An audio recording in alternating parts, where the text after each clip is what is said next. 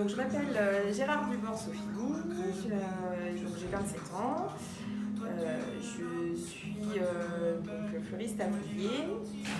J'ai ma boutique depuis 8 ans, j'ai ouvert ma boutique à 19 ans du coup. Donc j'ai un CAP fleuriste et un BP fleuriste. Donc du coup j'ai fait plusieurs concours, donc j'ai fait le concours des meilleurs apprentis où je suis montée jusqu'au national.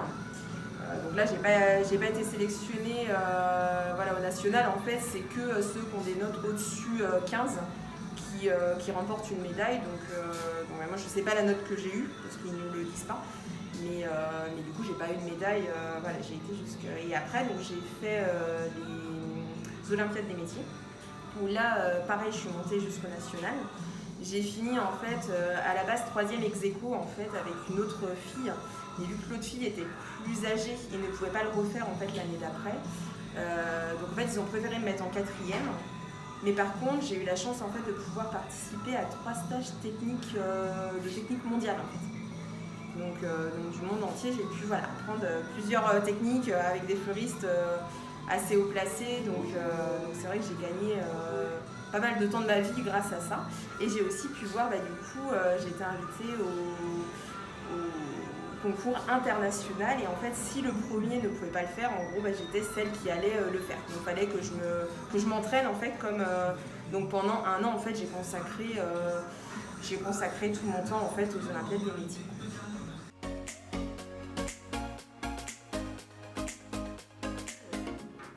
La création, le contact avec la clientèle et puis le bonheur qu'on apporte aux gens quand les gens viennent nous voir en disant de fleurir les plus beaux jours de leur vie.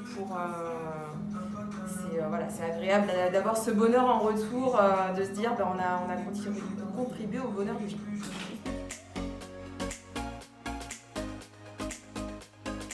En fait, j'ai 2 fournisseurs à Niort. Dont un qui se produit en fait les 3/4 localement. Du coup, il fait aussi de la production de plantes. Donc on a de la plante de Niort du coup. Après j'ai un autre fournisseur sur Niort, mais la boîte mère en fait est en Dordogne. Donc c'est quand même de la fleur française, tout ce qui est astro, tout ce qui est œillet, germini, tout ça c'est de la fleur de chez lui, même le lysianthus. Les chardons aussi. Là, les 3/4 des fleurs viennent de Poitou-Charentes ou au mieux de France. Après, on en a certaines qui viennent quand même malgré tout. D'ailleurs, on n'a pas le choix, mais on se fournit de toute façon directement chez le fournisseur ailleurs. Et puis, moi, ça me tient à cœur de travailler avec des gens de la région. Après, j'ai essayé des petits producteurs. Ou des producteurs, je sais qu'Angoulême, j'ai essayé sur un fournisseur d'Angoulême qui faisait leur production à eux. Le problème c'est qu'ils préfèrent en fait les 3/4 des petits producteurs, moyens producteurs préfèrent en fait privilégier les grandes surfaces et les libres services. Donc nous petits fleuristes, vu qu'on est c'est très difficile finalement de se fournir en France, il faut un peu batailler parce qu'on est obligé en fait, vu qu'on commande des petites quantités, une plante de chaque ou des trucs comme ça les intéresse pas de préparer des commandes comme ça. Eux ils préfèrent préparer une plaque entière, c'est plus rentable pour eux.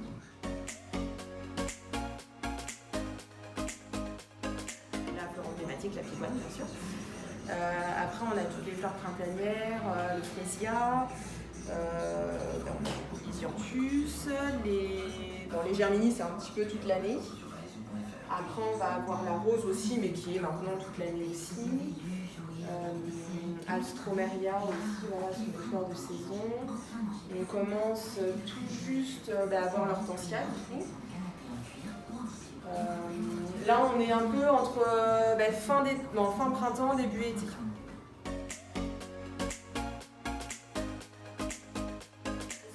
Le rose, c'est la fleur de toute façon, vu que la pivoine, on va dire, est la fleur emblématique de la Canebière.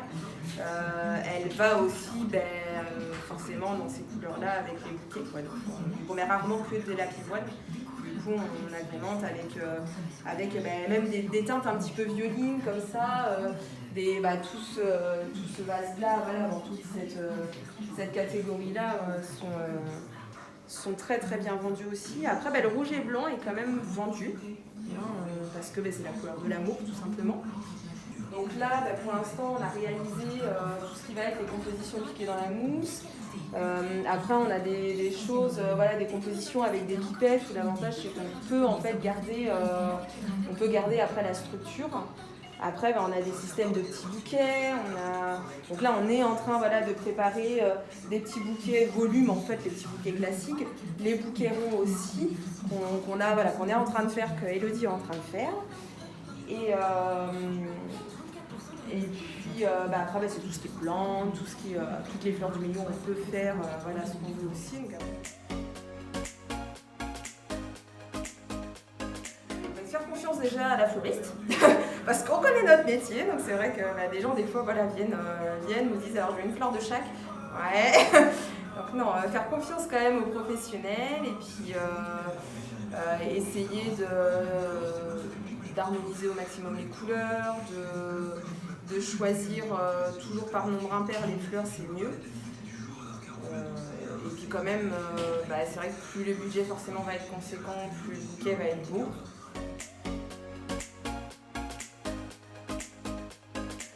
Alors le premier déconfinement, ça a été la furie voilà, dans les boutiques. On n'arrive même pas en fait à garnir parce que moi tout ce qui est dans le magasin c'est moi qui fais moi-même. Je refuse d'acheter tout prêt, mais forcément ça prend du temps à faire. Et j'avais même pas le temps en fait de fignoler à un bout qu'il fallait déjà que je recommence à un autre bout du magasin parce que c'était déjà vide. Donc c'est vrai que ça a été très compliqué. Ça s'est un petit peu calmé après à l'été. Et puis là, on a du coup le deuxième confinement a été, on va dire, terrible. Ça s'est un petit peu décanté, mais après c'était les fêtes de fin d'année aussi, donc voilà, on n'a pas trop vu la différence. Et là, le déconfinement est plutôt pas mal. Voilà, on a repris parce que le confinement a été horrible sur ça. Alors, c'est vrai qu'avec l'activité des colis, du coup, moi je voyais beaucoup de monde. Mais niveau boutique, c'était mort. Quoi. Donc on espère voilà, que la fête des mères soit aussi bien que celle de l'année dernière. Donc on croise les doigts, on fait tout pour et puis on verra bien.